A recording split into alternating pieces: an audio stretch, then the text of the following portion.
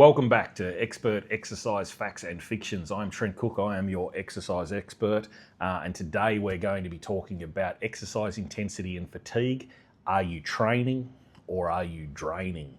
The biggest fiction I think that's actually out there in the exercise industry is that you need to work extremely hard and you need to be sore after your workout, delayed onset muscular soreness, DOMS. You must have it or your workout was a waste of time. These are fallacies that the fitness industry needs to flog off ASAP, because general population people need regular workouts done super often.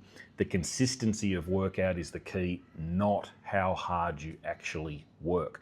So I'm going to talk about how to monitor your cardiovascular exercise today. We're going to look at heart rate intensities, and we're also going to talk about how to monitor your strength training intensities through a method called RPE, a rate of perceived exertion. It's a little bit more crystal ballish, but we'll work our way through that and teach you how to do it. DOMS though, we need to stay away from it, and you'll learn from these methods of monitoring your intensity with these different activities that you'll actually be able to be extremely effective with your workouts, but reduce the amount of soreness you actually go through at the same time.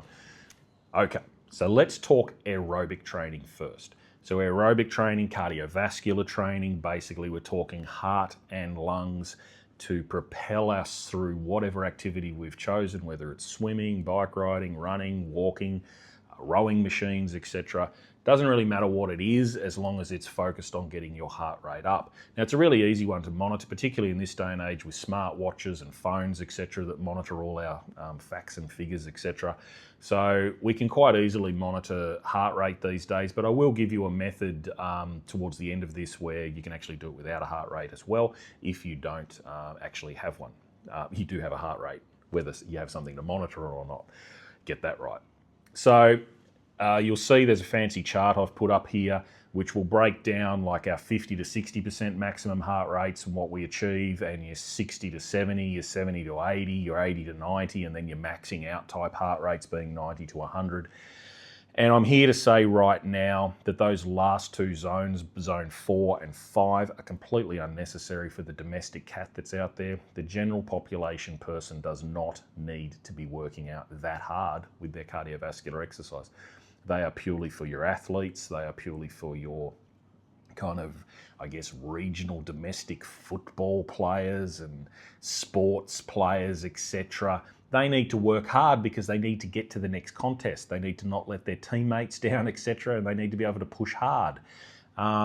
Domestic humans try to just be a little bit fitter, a little bit less fat, a little bit healthier. You don't need to work into that zone and 4, so let's disregard that from the conversation from now on. But you'll see the 50 to 60%, that's a nice little warm-up intensity. Better clarify first, how do you get these numbers, Trent? So what you need to do is actually calculate what your guesstimated maximum heart rate is, and you can do that very simply with 220 minus your age. I'm nearly 50, so we'll just make the maths nice and simple. So 220 minus 50 is 170 beats per minute. Apparently, if I went as hard as I could, that would be the heart rate that my heart would max out. Approximately. Maybe it goes a little bit higher than that, maybe it doesn't. Maybe it only gets to 165 beats per minute. But it's a guesstimate, it's a nice gauge so we can actually calculate these lower percentages so we make sure particularly we're not working too hard. We do also want to work hard enough that we create a change, an adaptation. So we need to make sure that we're doing a heart rate intensity, for example, that will make us fitter and not give us no result. So you'll see there the most productive heart rates to be at is the zone 2 and the zone 3. Zone 2 is really important because it's the one I would promote heavily towards everyday people. If you're particularly starting out on an exercise regime, then I would say just literally stick to zone 2. That will be safe and productive because we know we need 150 to 300 minutes done every week for the rest of your life. And if you do that, it will work. We know that. The scientists, exercise physiologists and scientists out there know that. They've studied it to death. It's well publicized. So You don't need to work that hard for productivity. Now, if you want to get a little bit fitter though, then you can work a little bit harder. The logic isn't completely overruled with regard to the harder you work, the more effective it will be, but there's just a certain sensible limit to it. That limit being, if you work up to about 80% maximum heart rate, then you're going to make sure you're not trickling over into your lactic acid energy system. The lactic acid energy system is part of the anaerobic energy system, not the aerobic energy system, and it actually will cause muscular fatigue a lot quicker. It's going to cause excessive DOMs over the next few days and hinder your future workouts significantly. And it will actually just generally cause a reduction of the intensity that you can actually do, and it'll effectively cause the workout to have to kaput very rapidly. So we don't want to work too hard because we don't want to increase lactic acid. So you definitely want to stay under 80% maximum heart rate. But you'll find that the most productive percentage to remain at will be that 70% maximum heart rate, which you can see that sits there whack bang in the middle of zone 2 and 3. If you stay around that zone, it will be extremely effective for fat loss, for fitness, and pretty well that's what you're trying to achieve. So calculate your 70% maximum heart rate. So 220 minus your age, multiply that by 0.7, and hey presto, you'll get your 70% maximum heart rate. Therefore, try and aim for about that. There's a bit of a concern area, let's say, a disclaimer, let's say, if you've got any form of health condition or numerous minor health conditions, then you need to be careful with how hard you work, obviously. So we actually have a rule in the fitness industry that you shouldn't actually take a client over 70% maximum heart rate. So that's something like if you had, say, 2 risk factors, say you're obese, and you're a male over the age of 45 or a female over the age of 55, that actually gives you a risk factor. So there would be 2 risk factors, and therefore you shouldn't go over 70% maximum heart rate. If you had something more serious, like say type 2 diabetes or a cardiovascular condition, so clinically high blood pressure or some medicated for something, then you should not go over 70% maximum heart rate. It's not necessary for productivity, and we're trying to reduce your injury risk or your health risk as much as possible as well, because you have to do a lot of these minutes over the rest of your life, and we need to make it as safe as possible. So 70% maximum heart rate is the Mickey Mouse zone, and this is where, if you don't have a heart rate monitor, you can actually do what's called a talk test, where it's kind of like a slightly uncomfortable intensity to talk at. So if I was just walking, I'd be able to have a conversation quite easily. But if I was running, I would probably not like to have a conversation, and it would be quite hard to have a conversation. That would be well over 70%, so more like 80%. But if I was walking and taking it easy, I'm probably somewhere around the 50 to 60% mark. But if I was that kind of piggy in the middle, the Goldilocks zone there, trying to be working out but not crazy intense, and therefore maybe able to have a conversation but not enjoying having the conversation, let's say. So I would have to pace myself a bit with my words, etc., because there was a bit of heavy breathing going on as well. Then that's probably somewhere around the 70% mark. So it'll be, again, a bit of a guesstimate, a bit of a crystal ball method, but it'll be about right. You're not working out too hard. You're not working out too easy. You're about probably that 70% type mark. And if you maintain that for the minutes that you need to maintain it for, then that's going to be about the mark. And we call that the talk test. It works quite well, particularly back in the day, like the 90s and the early 2000s, when people didn't have heart rate monitors and stuff kind of strapped to themselves super regularly. These days, our smart watches and phones can kind of measure all sorts of health statistics for us. So that's quite an advantage, so you can actually be a little bit more accurate with it. We need to, I guess, hard and fast rules to summarise aerobic conditioning is we need to be around that 60 to 80% maximum heart rate. I'll do an episode on HIIT training, which will very much talk about 60 and 80 and kind of bouncing between the two. But for here and now, if you're between 60 and 80, you're probably well at 70% maximum heart rate. If you maintain that, you will get good results. If you've got health conditions, you need to make sure you're under that.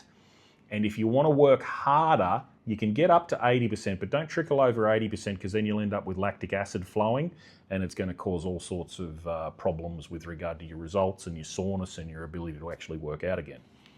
Okay, so moving on to anaerobic conditioning. So strength training. How do I monitor my intensity for strength training? You just max out, don't you? You do as many as you can. You got to do your PBs every workout. That is far from the case.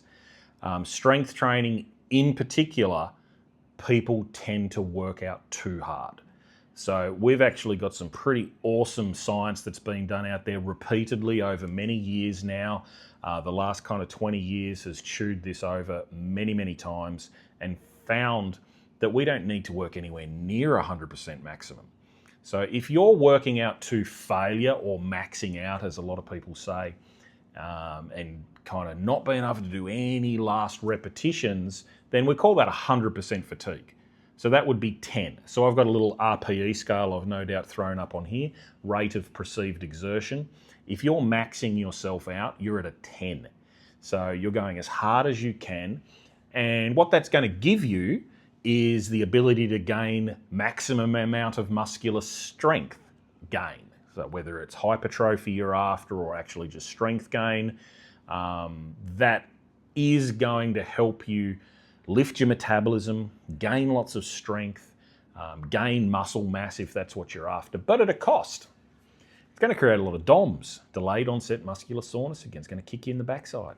You're not going to be able to train those muscles out again as soon as if you calmed it down a little bit. And you're going, but there's my gains gone.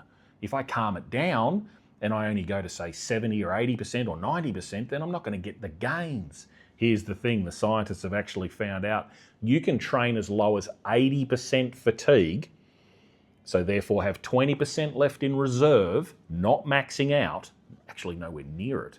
20% is a fair way off maxing out in strength training world. If you're at 80%, you're actually going to get the same gains in muscle mass, in strength, maybe not quite in metabolism, because the point of metabolism is that you burn more energy whilst your body's recovering. And the point to lactic acid is it's going to take a lot longer to recover. But there'll be a kicker that I'll save for a future episode with how that kicks you in the backside again as well. So don't think that I just sold you on pushing really hard. I did not. Don't do it. It's not a good idea. But 80% has been found to increase your strength 100%.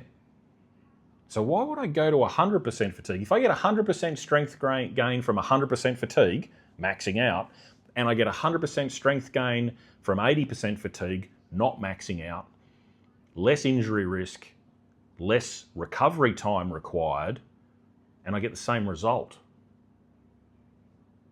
I'll just do the 80%. It's a lot safer for general population people, and it's just as productive as those people out there are flogging the hell out of themselves. So 100% fatigue, maxing out for strength training. If you're looking at lactate training, then I'll do that in a separate episode. Let's not get into that. But as far as repeatability of workouts, how many times a week do you need to train? General population people need to be training 2 to 3 times per week. And if you're not recovering between your workouts because you're working too hard, and you have to live life, you've got to do other things in life, they could be hindering your fatigue levels, your recoverability as well, then you're actually only going to end up getting 1 or 2 workouts done each week. Now, that's not a bad thing either. Like, there's still productivity in doing 1 strength training workout a week. I've got plenty of clients that have proved that over the years. But we do know that we would prefer 2 to 3 strength training workouts per week.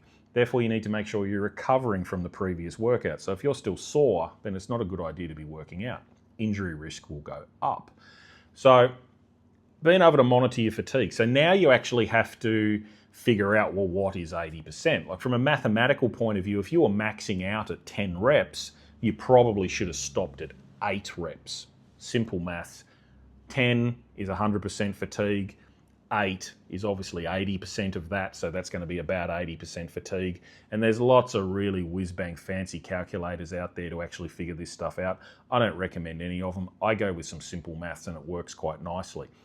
Now, I also believe the general population people does 10 reps far too often, and I think they should be more up around 15 to 20 reps to help increase that joint stabilization type work. Go back over that core workout that I did last week. So if you are trying to do, say, more like 15 repetitions, then you need to be able to actually do 20 repetitions, but stop at 15. That's going to be about 75% fatigue. Whereas if you're looking at doing 20 repetitions, you should be able to do 25 repetitions. And therefore that gets you around that kind of 75 to 80% fatigue type mark. So always make sure you've got some reps up your sleeve. Don't max yourself out. We've learned as low as 30% fatigue will help improve muscular strength. So if you're never trained before and you're north of 70, then 30% fatigue. It's a walk in the park and you'll actually gain strength. It's not literally a walk in the park. You need to do strength training exercises.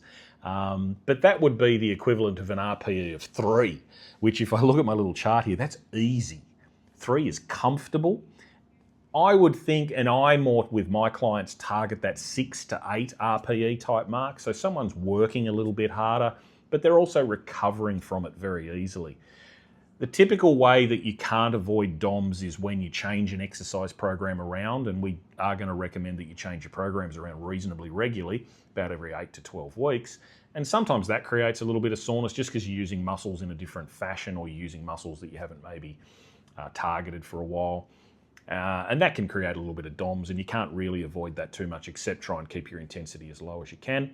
Or reduce the number of sets that you do so you don't increase lactic acid too much. But 99% of the time with your workouts, you need to be working at comfortable levels so you're not increasing DOMS, so you can train again and you don't have to do crazy things like split programs and stuff, upper body workouts one day, lower body workouts another day. And that can be a way to make a workout and results more effective over a longer period of time, but you do actually have to be training a lot more for that to work. So the main point here with anaerobic training is not to go to exhaustion. Back off a little bit, do a few less reps than your maximum, have a rest period, 45 seconds to 2 minutes type rest period in between your sets, and then that way you don't increase lactic acid too much. Lactic acid is going to extend the period of recovery massively, and it's not going to enhance the result of the workout. Your health predictors are not increased or improved upon by lactic acid conditioning. Athletes' performance is, and if you're performing competitive sports that require lactic acid training or abilities, then hey presto, you need that sort of training. And no doubt I'll do an episode on how to do that at some stage later. But for the domestic cat, civilized human being needing to just do consistent workouts, then you need your strength training done at a comfortable intensity so you can continue and do the 20 to 30 minute workout 2 to 3 times per week and not suffer any injury type risk effects. So DOMS is bad. Let's put that to bed. And let's summarize this thing up. Okay, so summing this up, you need to keep your exercise intensity comfortable. Whether it's strength training, whether it's cardiovascular training, it needs to be comfortable. We have learnt that DOMS demotivates people to continue working out. And we know that we need to do more than 1 or 2 or 3 workouts. We've got to keep doing them for a long period of time. So don't demotivate yourself by thinking that you have to be sore all the time and you have to work out super hard. You do not. It does not increase effectiveness. It does not increase the change that you're after. So calm it all down, just get some consistent workouts done. Cardiovascularly, 60 to 70% is good, maybe maximum up to the 80% heart rate mark. But as far as strength training goes, definitely nothing over the 80% mark. And you can work down super low, like 30%, 50% does actually work. Get workouts happening consistently. It will do you a good service over not the next month, but the next 3 months, 6 months, 12 months, rest of your life. These protocols will work. So don't think you've got to work too hard. It's actually a bad thing, and there'll be future episodes in different kind of nichier type areas. We'll explain that actually further. So don't think you have to drain yourself. You have to just train and be consistent. Talk soon.